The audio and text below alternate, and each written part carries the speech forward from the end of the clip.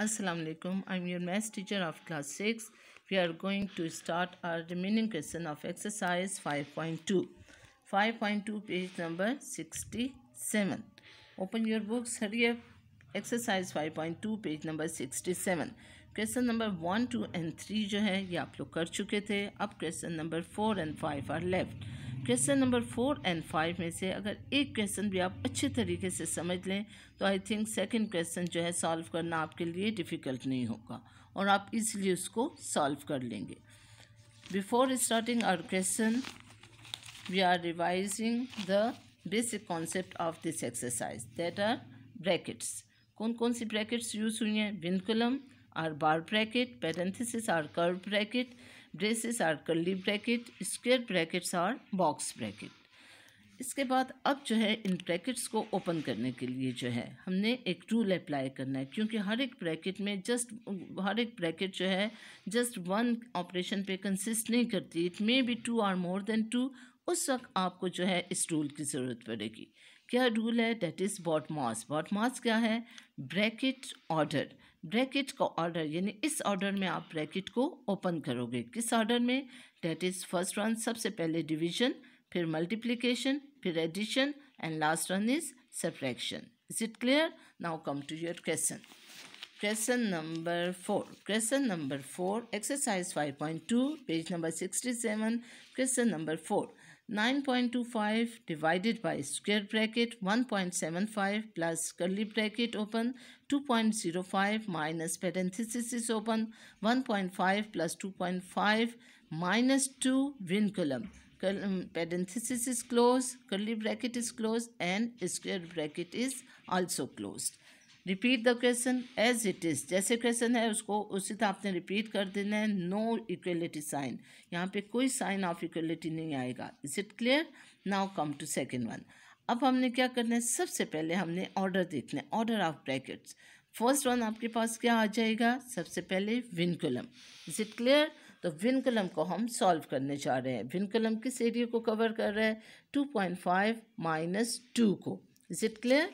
2.5 में से 2 को हमने सब्ट्रैक्ट करना है. 2.5 माइनस 2 को हमने सब्ट्रैक्ट कर दिया. डेसिमल के नीचे डेसिमल पुट कर देंगे और यहाँ कोई डिजिट नहीं है तो 0 आ जाएगा. 2 में से 2 को 0, 5 में से 0 को माइनस कर दे 5 आ जाएगा. डेसिमल के नीचे डेसिमल, 2 में से 2 माइनस कर दें 0. डेसिमल मस्ट डेसिमल के नीचे आना चाहिए एडिशन और सब्ट्रैक्शन में. तो आपके पास आंसर क्या आ गया? 0.5.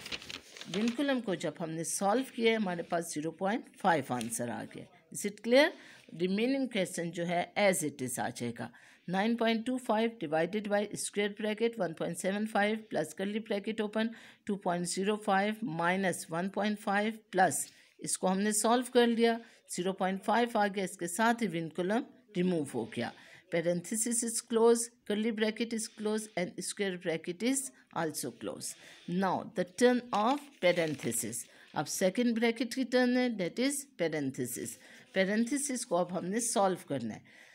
क्या है कि parenthesis जो है वो किस एरिया को कवर कर रहा है? 1.5 प्लस 0.5 यानी 1.5 और 0.5 को आपने प्लस कर दिया. 1.5 0.5 पॉइंट के नीचे पॉइंट आ गया. 5 प्लस 5 10 0 1 प्लस 1 2 तो 2.0. दोनों को जब आप प्लस करते हो तो आपके पास क्या आ जाता है? 2.0. इसके साथ ही पैरेंथेसिस जो है वो रिमूव हो जाता है क्योंकि उसने हमें वन सिंगल आंसर दे दिया.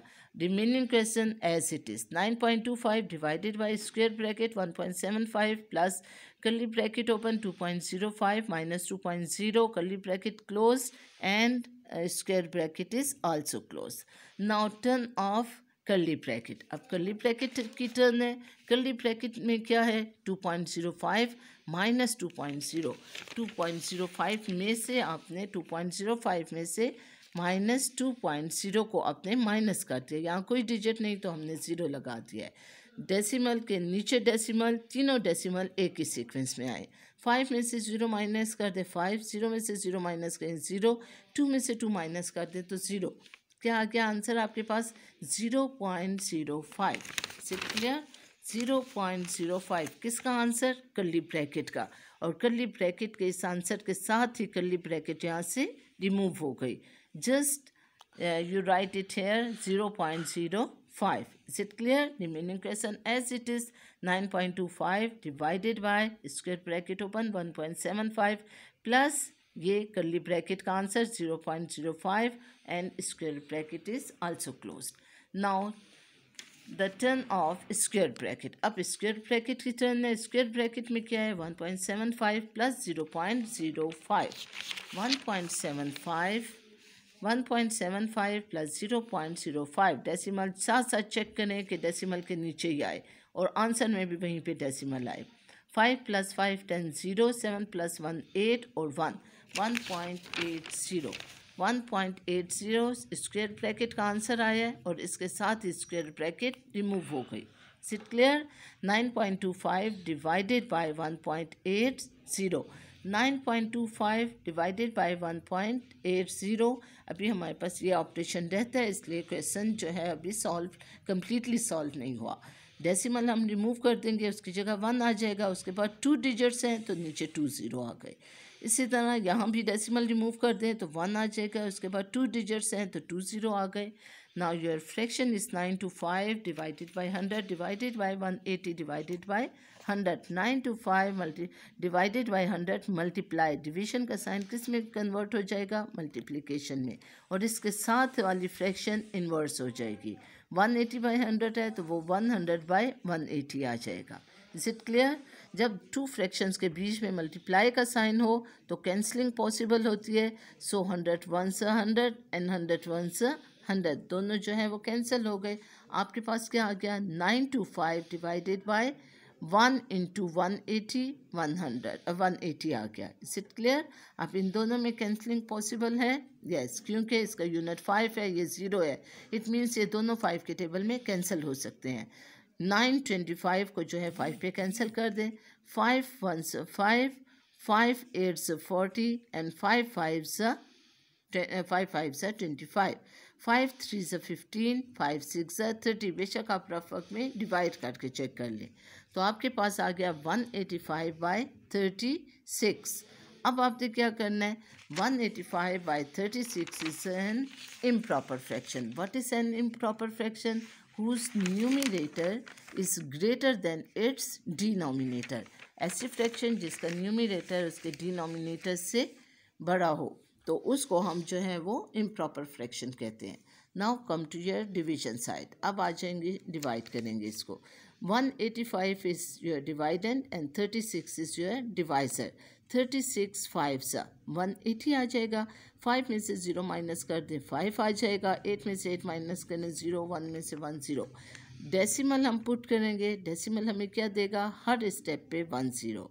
तो यहाँ पे इसने 1 0 हमें दे दिया तो क्या बन गया? 50 बन गया। 36 1 36। Is it clear?